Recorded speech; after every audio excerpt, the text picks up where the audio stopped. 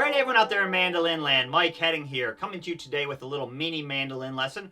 We're going to be back to traditional style bluegrass mandolin. We're going to work on another Monroe-Style downstroke lick. So Bill Monroe, the father of bluegrass, had a really unique style of mandolin playing, and a lot of times on kind of some slower, bluesier songs, he would intentionally use all downstrokes to kind of gave it a more staccato sound, or it really highlighted the attack of the mandolin.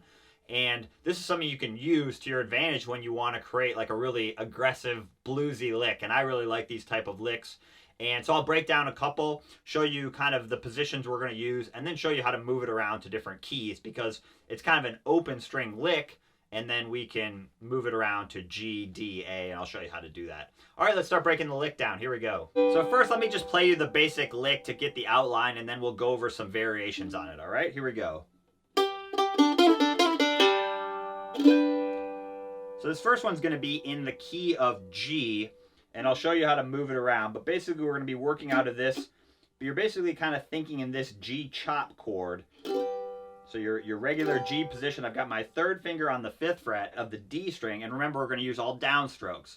So I'm going to play the 5th fret, and then 5 open, and then a quick little pull-off lick. We're going to go 3-2 pull-off, and then open, and then do that again. And then you can hit the low G string, or you can go back up to the 5th fret, either way. So you have...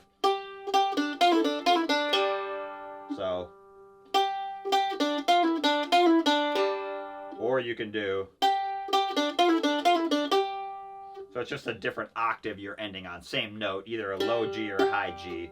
Okay, so how I'm doing that pull off is I'm keeping my first finger down, and I'm going, and I'm kind of doing it as like a 16th note pull off rather than like a triplet. So I'm going 3 E and 4 E and 1 instead of like triplet, triplet. You could do it either way, but I'm basically pulling off a little faster. So 3 E and 4 E and. And remember, if you're doing it right, your right hand should just be doing 8th notes. So that's one way I like to do it with the pull off. The other way you could do it is with all picked notes. It also sounds very cool. So you can go, and right there I'm doing down, up, down, this time with no pull off, and then starting with another down. So that's a little tricky because you have to do a double down. So you go. So either way, I probably would start with the pull offs. It's a little bit easier, I think. The other thing I'll do is I'll play really back toward the bridge. You know, not quite touching the bridge, but you can experiment with the different tones you get. But kind of this Bill Monroe style is really kind of really back toward the bridge. So I might do something like, again,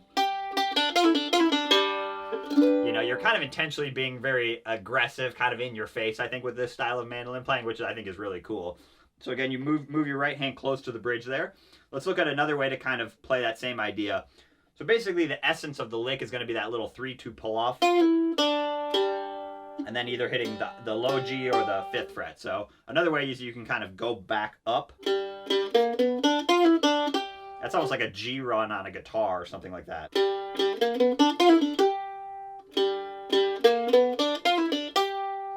So that's another one you could do. Another one you could do is basically just modify the rhythm. So a really common rhythm Bill Monroe would use a lot is this. So it's a 1 and 3. It's very syncopated. So it's, and then the pull off. So you have, or with the picking. So that's one you can try. Again, I like doing that rhythm. Or another one you could do is, again, walk back up. You could also slide into those. That's just a nice little ending lick too, so you could go. So you basically, you could extend the ending lick even longer, so you could go. And then you'd be back in your chord or something like that. Another one you could do is, so you can also use that 3-2 pull off. But another way you could do is like do hammer-ons. So you can kind of play with that idea, that 2-3 or 3-2 pull off. So you can do something like. Another one you could do is that rhythm, but instead of doing it on the same note, you could do octaves. Another very classic Bill Monroe thing. So you could go. Very classic Bill Monroe lick. Okay. Another one, again, you could walk back up. Or slide. One more. You could go. That's just like a lick there. Or you could slide into that. What I would do is just work on this position. And then just play around with the timing and make the licks longer, make them shorter. You could really do it either way. All right, so give all those licks a try. And lastly, the other thing we can do is these licks are very easy to move to different strings to play in a different key, basically. So if you do it on kind of the low 2 strings, that's like a G lick. If we move it to the middle 2 strings, it becomes a D lick. So you can play all your same licks. Or if you move it to the high strings, it becomes like an A lick.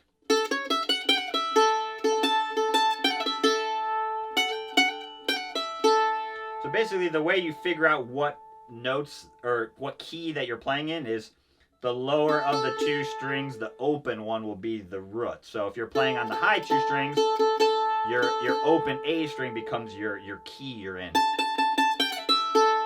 And what I like to do is just play those octaves. It's an easy way to tell what key you're in. But one little other thing you can do is if you can basically use the one you did in G, you can also use that in D. So you could do something like. So you can basically use the 3-2 pull off on the 2 strings that you're playing on. So if you're on the middle 2 strings in D, you can do. If you're in G, you could also do like that. And then if you're in A. So again, you have a bunch of licks and it all works off this 3-2 pull off idea or hammer on.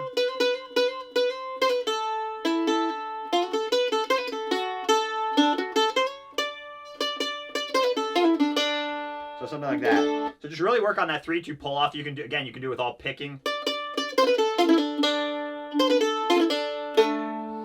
So hopefully that gives you some stuff to practice. Again, take these licks slowly, really slow it down.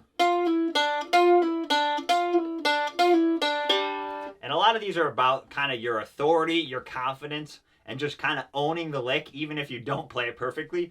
Bill Monroe did that a lot, where you could kind of tell he was figuring out his solo as he was playing it, which was really cool. It was very improvised. And he would just play like a really cool rhythm.